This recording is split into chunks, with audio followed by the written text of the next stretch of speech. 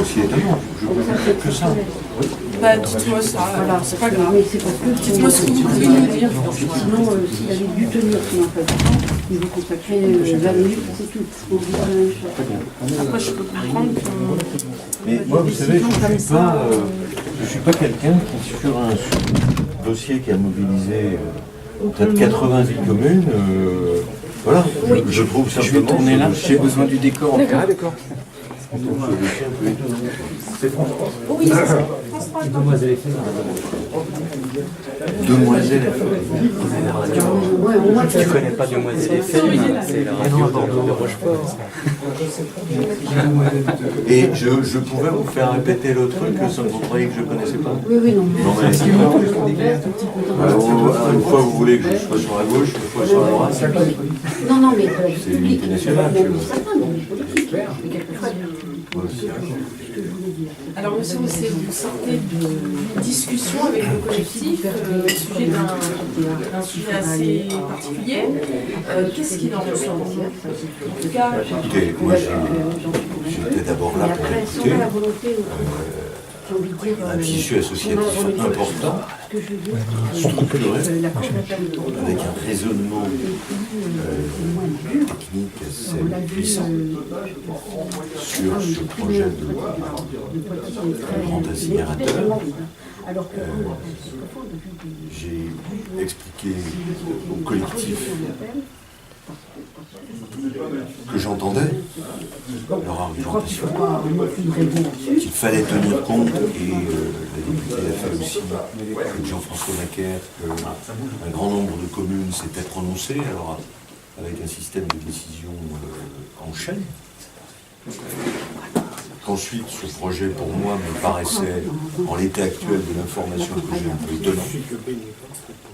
étonnant, compte tenu de la trajectoire de la France, à la veille de la COP21, sur la diminution des déchets, sur une stratégie de tri, d'économie circulaire. Donc le collectif m'a demandé d'intervenir, d'être plus au fait du dossier, ce que je vais faire. Donc je vais m'empresser de téléphoner et d'avoir un contact avec les responsables de l'État sur ce dossier. Je ne peux pas vous en dire beaucoup plus aujourd'hui. vous pensez qu'il y aura une réponse d'ici? Je ne peux pas vous dire. Vous savez, beaucoup de... Les procédures et les contacts, beaucoup de choses ont été prises. Je n'arrive pas ici, sur ce plan-là, en homme miracle. Mais j'ai bien, non seulement écouté, mais j'ai bien entendu ce qui m'a été expliqué. D'accord. Merci beaucoup, monsieur Rossé. Merci. Putain, puis il est centré. Est-ce que j'ai choisi? Je me mets peut-être de ce côté pour changer. Oui, si je regarde toi, c'est ça? Vous me regardez Ouais, moi, moi, justement. Ah, pardon. Pas la caméra. Je n'existe pas. Moi Moi, hasard, d'ailleurs. Non. Je vous écoute. Oui. C'est parti pour moi. Alors déjà, je vais vous demander votre nom et votre prénom, vous mettez votre nom de famille pour ne pas faire de faute, et votre titre exact. Donc Lopez Roland, porte-parole de l'association Perroche-Forte et Alerte.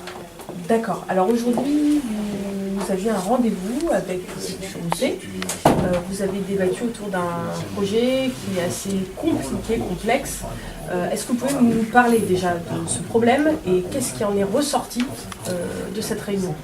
Alors en fait, on a présenté aux candidats, ainsi que nous allons le faire à d'autres candidats, ce que nous appelons un projet inutile. On lui a fait en quelques minutes la synthèse d'un projet qui a maintenant 12 ans et pour lequel nous estimons que les associations et la population, qui ne sont en connaissance de ce dossier que depuis 2 ans, à ce jour n'ont pas gain de cause. Nous avons déposé 2 référés suspension en justice pour essayer d'arrêter le chantier avant qu'il ne démarre, puisque nous avons dans le viseur le chantier d'Angers, qui a été construit, inauguré, exploité pendant 3 ans et démoli. Donc on est sur un chantier totalement similaire, c'est exactement le même projet. Ça coûte à Angers 68 millions d'euros à la collectivité, payée par les contribuables. Et nous, notre action associative de lanceur d'alerte, quelque part, c'est d'essayer de faire en sorte que ce projet ne soit pas construit afin que le contribuable ne dépense pas de l'argent. A priori, nous avons beaucoup de mal, le chantier a démarré, et donc nous avons expliqué ces inquiétudes qui sont donc environnementales, sanitaires, financières au candidat M. Rousset. Et il nous a entendus et il est aussi intéressé pour essayer de nous faire des réponses. Nous avons transmis un courrier et il va nous faire des réponses écrites. En fait, ce que nous voulons, c'est que les candidats soient en conscience d'un projet que nous appelons inutile et donc qui va dévorer l'économie locale. Mais là, comme le chantier a commencé, est-ce qu'il est réellement possible de l'arrêter? Est-ce que vous pensez que c'est envisageable Alors, on peut arrêter un projet tant que l'usine n'est pas réceptionnée. On a un constructeur, Vinci, un exploitant futur, Veolia, et donc il y a 3 ans de chantier au moins, puis ensuite l'usine, si elle est construite, sera mise en route, ainsi qu'à Angers d'ailleurs. À Angers, ça a fonctionné 3 ans et ça n'a pas été réceptionné.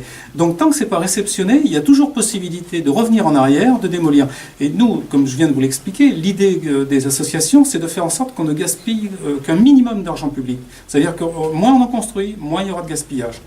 Voilà, donc la justice s'est prononcée sur la forme pour ne pas suspendre le début de chantier, mais néanmoins elle ne s'est pas prononcée sur le fond et nous craignons que la justice mette du temps à se prononcer sur le fond et qu'entre-temps donc le chantier est bien démarré et qu'il y a eu déjà beaucoup d'argent de gaspillé. Nous sommes assez confiants dans la justice, mais hélas nous pouvons vérifier que les délais de la justice ne sont pas ceux des industriels. Est-ce que vous pensez qu'avec l'aide de M. Rousset, ça va accélérer les choses et peut-être la justice prendra position plus rapidement ? Alors, le président de région n'est pas un magicien, la question n'est pas là. La question surtout, c'est de savoir si les candidats qui revendiquent une présidence de région sont en conscience des grosses problématiques locales. Et là, on est sur une problématique importante, comme je vous l'ai dit, en termes sanitaires, environnementaux et financiers. Voilà. M. Rousset vous a semblé plus en conscience que Mme Calmès il y a quelques jours ici à Rochefort. C'est un euphémisme. C'est un euphémisme. Il n'y a aucune prise de conscience de la part des Républicains puisqu'ils portent ce projet. D'accord. Voilà. Bon ben voilà. C'était le point de